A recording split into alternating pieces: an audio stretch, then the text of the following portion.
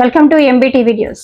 Kukatpally MLA కృష్ణారావుపై Serilingampally MLA Arikapudi Gandhi ఘాటు వ్యాఖ్యలు చేశారు. వివేకానంద నగర్ లోని ఆయన నివాసంలో మీడియాతో మాట్లాడారు. 2009లో తాను ఎమ్మెల్యేగా పోటీ చేసినప్పటి నుంచి ఉన్న ఇద్దరి ఆస్తులపై సిట్టింగ్ జడ్జి గాని ఈడీ విచారణకైనా తాను సిద్ధమని, కృష్ణారావు సిద్ధమా అని బహిరంగంగా సవాల్ విసిరారు.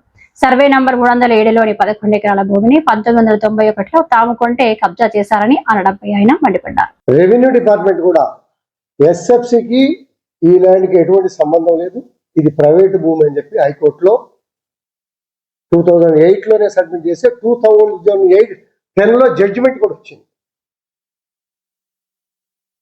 అలాగే ఇందాక కృష్ణారావు గారు మాట్లాడుతూ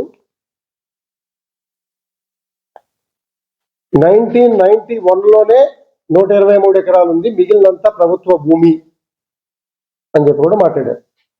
సంతోషం, వాస్తవాలు తెలుసుకుని మాట్లాడితే స్వాగతించాలి, అభినందించాలి. మేము 1991లోనే రిటర్నబుల్ ల్యాండ్ క్లియర్గా కూడా చదవచ్చు. రిటర్నబుల్ ల్యాండ్లో క్లారిటీగా మీ ల్యాండ్ అని చెప్పి మా పేర్లతో సహా క్లారిటీగా ఇచ్చారు.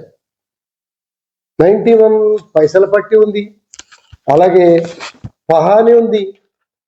మా ల్యాండ్ ఎక్కడ ఉందో 1,00,000 కూడా కరెంటు బిల్లులు, పంచాయతీ బిల్లులు, మున్సిపల్ బిల్లులు, జిహెచ్ఎంసి బిల్లులు ఉన్నటువంటి 91 నుంచి ఇవాళ వరకు ఎటువంటి పొజిషన్లోనూ మార్పు లేదు. నేను 2014లో శాసనసభ్యుడిగా ఎన్నికయ్యా. మేము కొన్నటువంటి ల్యాండ్ ఏదైతే ఉందో 2009లో నేను ఇండిపెండెంట్గా వేశాను. ఆ ఎలక్షన్ కమిషన్లో అఫిడవిటీలు దాఖలు చేశాను, రికార్డు. 2014లో ఎలక్షన్ అఫిడవిటీలో దాఖలు చేశాను. 2018లో దాఖలు చేశాను.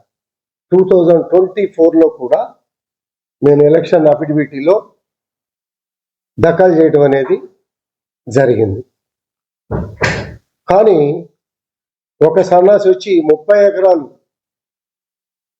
గవర్నమెంట్ ల్యాండ్ గాంధీ గారు ఆక్యుపై చేశాడు అని చెప్పి రాశాడు. అతని మీద డ్యామరేజ్ సూట్ వేసా, కోర్టులో నడుస్తాం.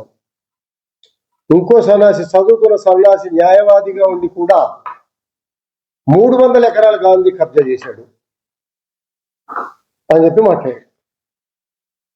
మరి 30 ఎకరాలు ఏంటి, 300 ఎకరాలు ఏంటి, నీ అధినేత 11 ఎకరాలు అంటే ఏమిటి అనేది, ఆ వేరియేషన్ ఏమిటి, మీ మాటలకి పొంతన ఏమిటి అనేది మీరే చూసుకోండి. ఇలా ఆరోపణలు చేయటం మూలన మీకు వచ్చే లాభం ఏంటి? వాస్తవాలు తెలుసుకోండి. దమ్ము ధైర్యం ఉందా మీకు? ఉందా? రండి బహిరంగ చర్చకు, డాక్యుమెంట్ వెరిఫికేషన్ మీడియా సమక్షంలో మీ ఇష్టం వచ్చిన లీగాలిటీ వాళ్ళకి తెచ్చుకోండి. దానికి సిద్ధంగా ఉన్నాం. రెండోది, చాలా విషయాలు మాట్లాడారు. ఆ విషయాల్లో మన సబ్జెక్ట్ అయినాక కూడా నేను మాట్లాడతా.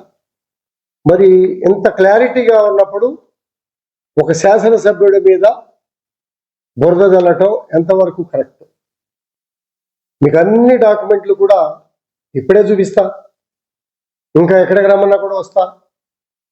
కోర్టులో నేను సబ్మిట్ చేశా, court not to interfere order ఇచ్చింది.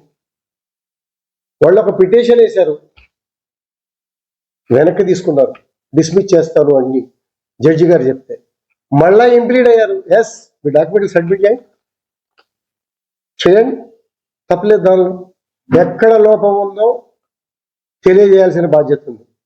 మేము ల్యాండ్ కొన్నాం,